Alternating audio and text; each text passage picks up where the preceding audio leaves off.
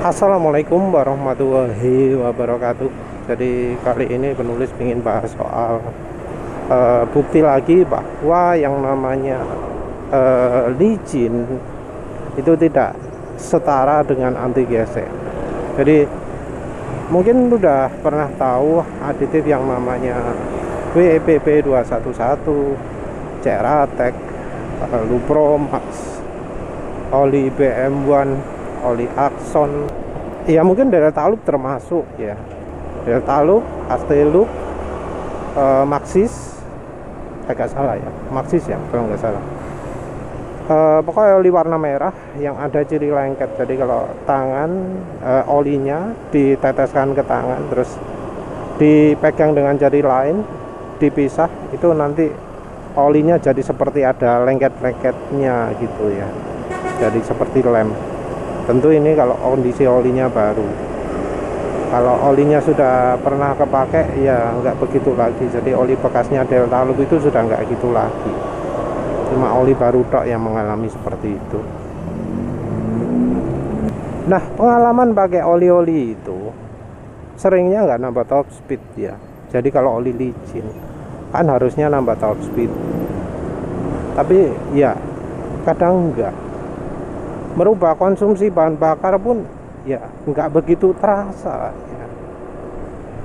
Jadi kalau mungkin tahu satuan kilometer per liter, tahu biasanya top speed berapa gitu ya. Kita ngomong top speed kalau posisi duduk ya. Kalau posisi tiarap yo top speednya motor itu tergantung sama aerodinamika. Jadi kalau tiarap ya banter motor tergantung rasio gigi jadinya. Jadi ya kalau rasio giginya sekian ya top speednya sekian. Kalau duduk kan tergantung dari horsepower dan hambatan. Hambatannya juga dari hambatan angin, juga dari hambatan di mesin. Nah, aditif-aditif mau yang Skyver Moly EP juga Nano Energizer itu kebanyakan tidak menambah top speed, cuma nambah halus. Ada sih satu yang nambah top speed tapi mesin nggak halus, sorry lupa namanya apa ya. Tapi kebanyakan aditif yang disebut anti gesek macam-macam itu tidak nambah licin. Licin ditandai dengan RPM mesin tidak cepat turun, ditandai dengan engine brake minim, ditandai dengan top speed meningkat. Nah anehnya engine brake itu bisa berkurang kalau kita pakai minyak goreng. Minyak goreng ya, bukan oli samping. Kalau oli samping itu membuat mesin lebih halus. Tapi kalau engine brake itu lebih ke minyak gorengnya. Memang oli samping itu bisa juga mengurangi engine brake, tapi dibanding minyak goreng, engine brake itu bisa lebih banyak berkurang kalau pakai minyak goreng. Apalagi minyak goreng yang licin. Jadi minyak goreng itu ada yang licin, ada yang awet. Yang licin itu nggak selalu awet. Jadi minyak goreng walau sama-sama dari minyak kelapa sawit, dari palm oil, itu ada yang licin, ada yang awet ya. Walau sama-sama pelarutannya baik, tapi ada yang licin sekali. Jadi terutama yang minyak sawit ya, terutama yang sudah nyoba antara minyak sawit dengan minyak jagung atau minyak canola ya. Jadi yang sudah merasakan minyak jagung, minyak canola yang 100% minyak jagung, 100% minyak canola dibandingkan dengan 100% minyak sawit. Nah, itu akan terasa ya, licinnya itu beda. Tapi ya seiring makin licin itu olinya jadi nggak begitu awet. Jadi ya itu makanya jadi dilema antara milih minyak sawit atau minyak jagung atau minyak canola. Kalau olive oil, minyak zaitun itu kurang begitu cocok ya dari pengalaman penulis ya. Jadi mending canola atau jagung atau minyak kedelai itu sudah oke. Minyak wijen itu juga oke. Yang penting endapannya jadi gawe. Dan ya penulis kan sudah coba banyak oli. Oli itu karakternya beda-beda. Yang licin, yang nambah top speed itu seringnya nggak nambah akselerasi, kadang juga tidak mengurangi engine brake. Jadi oli-oli yang engine brake-nya minim itu kadang juga nggak selalu halus. Oli-oli yang licin itu kadang nggak bikin suara mesin jadi halus. Jadi ada beda ya antara licin dengan halus. Walau memang bisa terjadi sama, suara mesin lebih halus, lebih licin, itu ada juga. Tapi licin nggak selalu makin halus nggak selalu licin. Contoh oli HDO itu adalah oli-oli yang bikin halus, tapi ya nggak terlalu licin ya.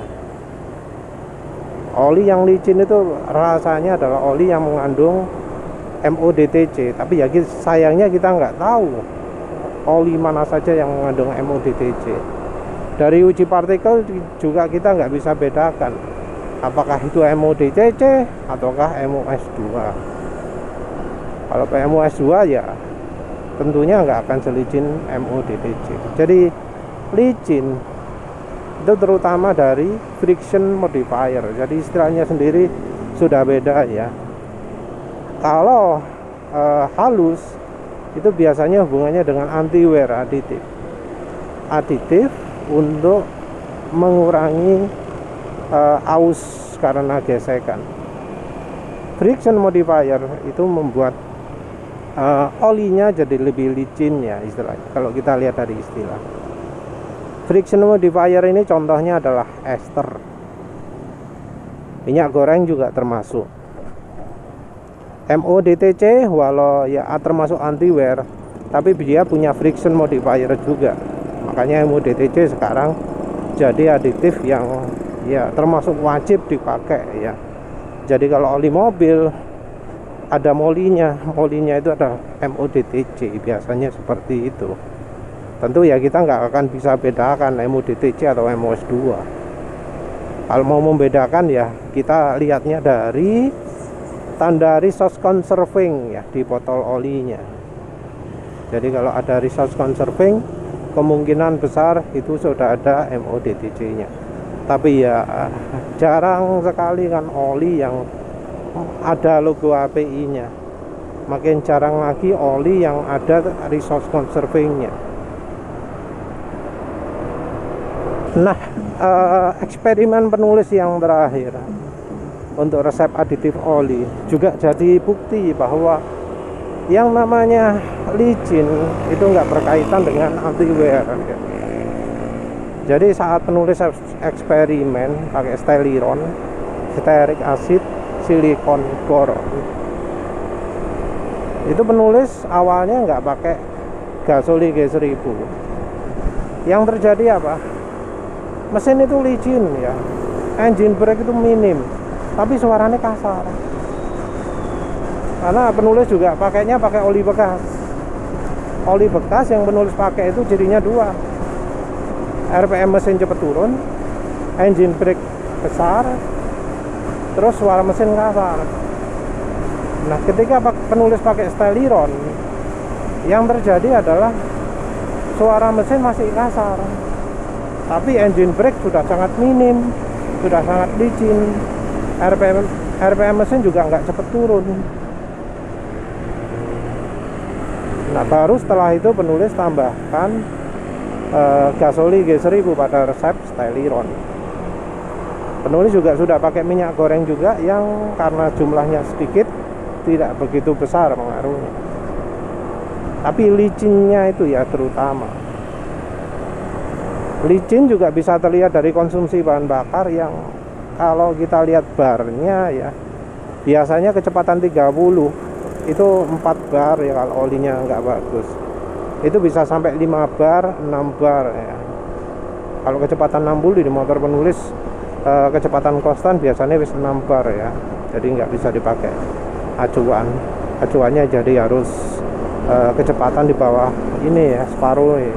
Tapi sekarang lalu lintas rantai rame, jadi penulis nggak bisa pakai acuan ini. Olinya lagi nggak pakai aditif Steliron, jadi ya 5 bar ini ya wis anggap normal lah ya. Nah, padahal ya Steliron sendiri itu kandungannya bukan termasuk anti aus. Jadi ada stearic acid. Stearic acid itu kalau di penelitiannya Profesor Hughes, peneliti tribologinya oli, stearic acid masuk kategori friction modifier. Terus ada boron. Boron itu termasuk anti aus, tapi anti aus yang lemah gitu loh. Jadi secara perlindungan dia kalah dari ZDDP, kalah dari moly, kalah dari titanium, kalah dari macam-macam wis. Kalah dari semua wis anggap aja. Jadi dibanding tungsten, menang tungsten. WS2 ya, apa sih Wolfram. Apa maneh? Titanium kayak yang punyanya Castrol. Antimoni kalau nggak salah ya. Nah, boron katanya cocok untuk mesin aluminium karena ya mesin aluminium itu rapuh dan boron bisa melindungi lebih awal ya. Nah, kalau dibanding anti aus itu boron itu termasuk lemah, termasuk yang nggak kuat. Penulis juga pakai minyak silikon. Sebelum pakai boron, penulis juga sudah coba minyak silikon. Yang efek minyak silikon juga termasuk bikin licin. Kalau nggak selicin setelah ada campuran boronnya. Nah, sangat licin, sangat nyelunyur, sangat ya licin lah ya. Engine brake minim, RPM mesin nggak cepet turun. Itu bisa didapat walau anti ausnya lemah. Licin ini nggak penulis rasakan ketika pakai oli Mavic, ketika oli Castelloop, oli Delta Loop, oli BM1, oli Axon, ada Lupromax juga. Padahal oli Lupromax, BM1, Axon itu merupakan oli-oli yang dipamerkan di uji gesek bisa sangat baik ya, bisa nggak macet. Tapi justru licin penulis rasakan itu ya di Steliron, di apa jenenge minyak goreng ya. Oli samping juga ada, tapi ya oli samping khusus ya. Kalau oli samping merek Motul, merek Ipone nggak licin itu. Jadi itu ya. Jadi mungkin ada yang ngomong, wah uji oli itu harus ada anti geseknya. Ya sayangnya yang dideteksi di uji gesek itu bukanlah efek licin yang terjadi pada mesin. Oh ya, penulis juga lupa jelaskan bahwa ya yang namanya gesekan itu sangat bergantung pada bebannya berapa, kecepatan pergerakan komponen berapa, pada kekentalan oli, pada suhu olinya berapa. Nah, untuk soal suhu, oli yang diuji pada uji gesek yang pakai lengan ayun itu suhunya kan suhu ruangan. Itu sudah ya enggak sesuai kondisi mesin. Terus kita ngomong kecepatan. Nah, kecepatan rasanya juga enggak secepat misalnya noken as. Noken as itu kan tinggi sekali ya kecepatannya, 10.000 rpm ya. Kan tinggi sekali itu. Kalau yang diuji gesek berapa rpm? Paling rendah kecepatannya. Terus yang terutama lagi yang paling penting adalah beban. Berapa beban yang ada di mesin uji gesek itu? Kan satuannya 1000 toh. 5.000 kilo. 5 ton. 1 ton ini kurang kilo. Iya, 1000 ya. 5 ton. Padahal ya yang ada di komponen mesin itu berapa sih bebannya? Masa ya sampai ratusan kilo? Tenaganya motor berapa? Kita ngomong nanometer ya. Newton meter. 1 newton itu adalah usaha yang dilakukan untuk bisa memindahkan 1 kilo sebanyak 1 meter. 1 newton seperti itu kan. Lek gak salah seperti itu. Lek salah ya silakan koreksi. Tapi hubungannya 1 kilo kan. Nah, tenaganya mobil berapa? Tenaganya motor berapa? Mobil diesel yang paling berat sekalipun, yang paling besar torsinya, kan ya 200 newton, 300 newton meter, newton opolah wis. Terus kayak motor ini berapa newton? Kan kayak NMAX ini piro? 33 lah gak salah ya, 33 newton. Kan kecil itu dibandingkan alat uji gesek yang sampai piro 500 sampai ribuan gitu ya. Nah, ini yang bikin gak relevan karena beban itu terlalu tinggi. Bebannya tidak sesuai dengan kondisi realnya. Makanya ketika kita coba oli-oli yang diuji gesek itu luar biasa, ternyata saat kita uji lapangan nggak luar biasa. Kenapa? Karena bebannya nggak sama.